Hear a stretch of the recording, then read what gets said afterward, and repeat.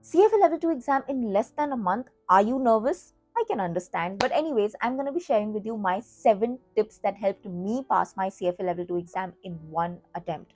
Let's go.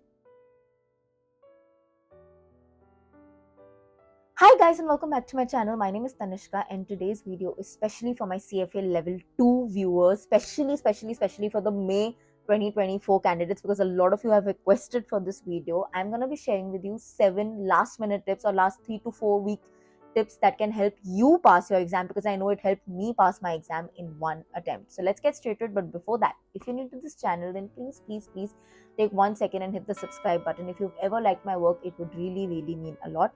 If you're already a part of this channel, then thank you so much for joining me in my journey. I hope we stay together till the end of time. Also, for your knowledge, I post long videos every Monday, Wednesday, Thursday, Friday. It is related to early career professionals, interview related problems, first job problems, CFA related content, also lifestyle content. Other than that, I post daily vlogs every day on Shorts. Now, coming to this video, the 7 tips for the CFA level 2 exam, last minute tips, starting with number 1, rough work practice. So in CFA level 2, you would know that you have a lot of data when it comes to questions, especially the numerical based questions, which is pretty much a lot. Even non-numerical based questions has a lot of data, right? Because it's more like comprehension based. There's like a story, there are things happening in the question, and because of that, the data is obviously a lot. That's why that entire case study. The biggest trick here is always have rough work or always write down your data. I know you'll be like, अरे timeline तो मैं level 1 से कर रही हूँ, so I'm a pro at it. Even if it's as basic as drawing a timeline, make sure you're drawing it on a paper. You cannot believe how much this step is gonna help you, and I know it because I've done it myself and I've seen people who do not do it suffer, right?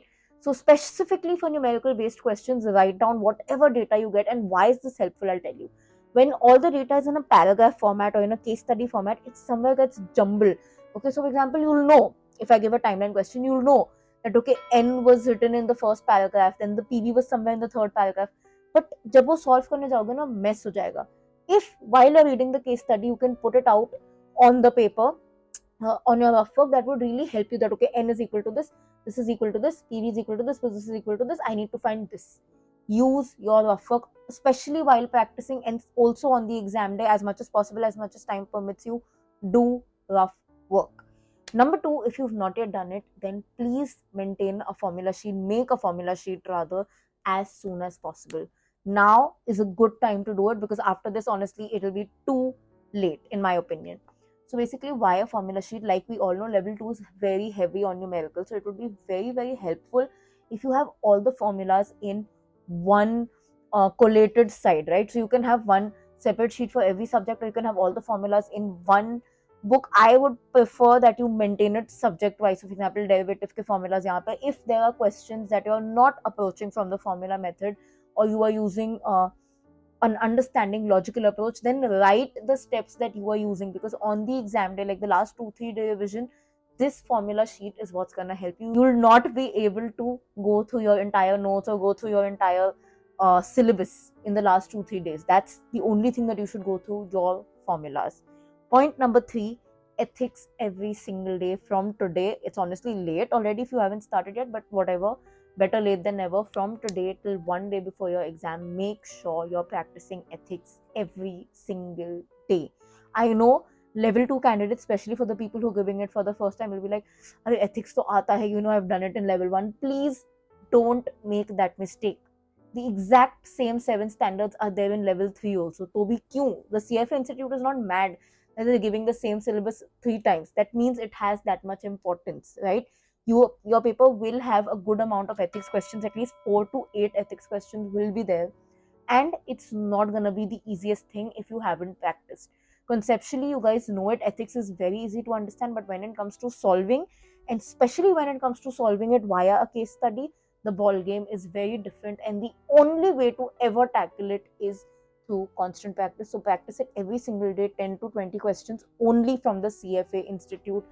Please use the candidate resources, use things like that, but do not waste time or do not ignore ethics. And like I said, only candidate resources. In fact, that's point number 4.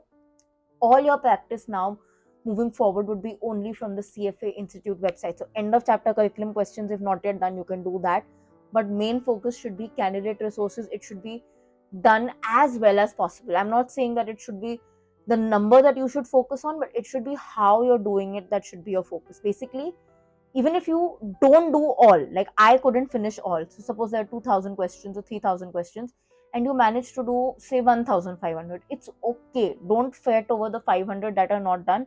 Focus on the 1500 that you've done, and make sure that you've taken time to also understand what went wrong and why. The purpose of doing these practices is not कि exam में same question आएगा. The purpose is that your mind becomes more sharp to solve a certain concept from different methods, because that's what CFA is about, right? The concept will be how to go from A to Z, but the questions will be how will you go from A to Q to Z, or the question will be like how to go from A to P, then Q, then back to B, then back to Z. So it's like a puzzle. That's what the exam is. So you need to constantly sharpen your mind. Which brings us to point number 5. How to sharpen your mind. Very, very important, I just said.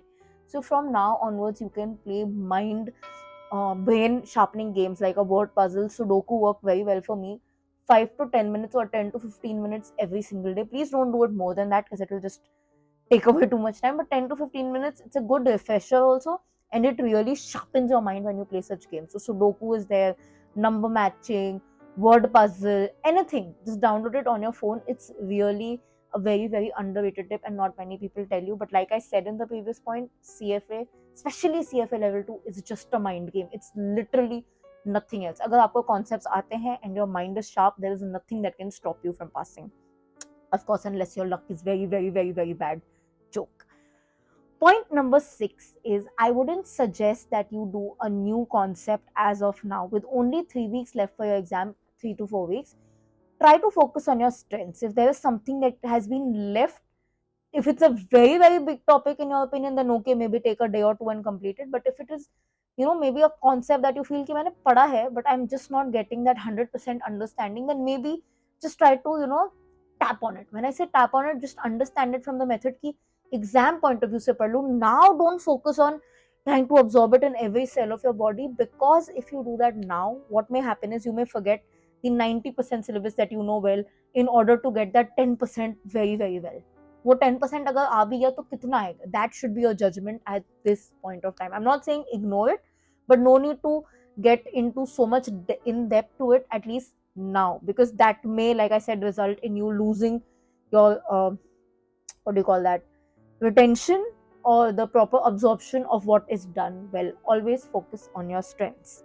And point number 7, coming to the last one, is please do not listen to anybody. I have seen most people fail CFA level 2 because they go with the mindset that yaar ye to sabse difficult exam hai, because that's what people tell us, that this level 2 is the most difficult level, किसी का नहीं clear होता, सब इस level में आके फंसते हैं.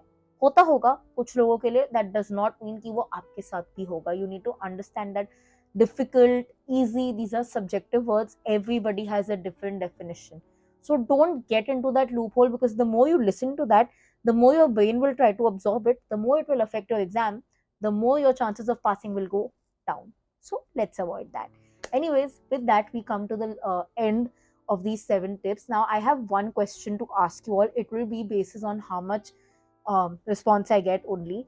How many of you all want to make a how to approach the exam paper kind of video for CFA level 2 for the May 2024 attempt? Let me know in the comment section, and I will make that, like I said, only basis on how many people are wanting it.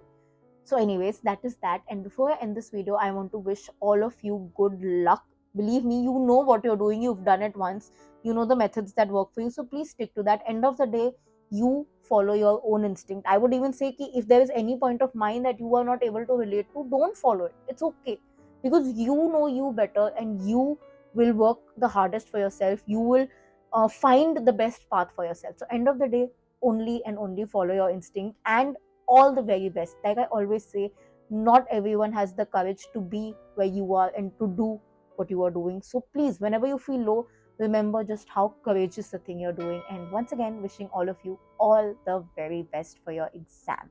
With that, we're ending this video. If you like it, don't forget to like, comment, share, subscribe. I'll see you guys very, very soon. Until then, keep sparkling and definitely keep learning.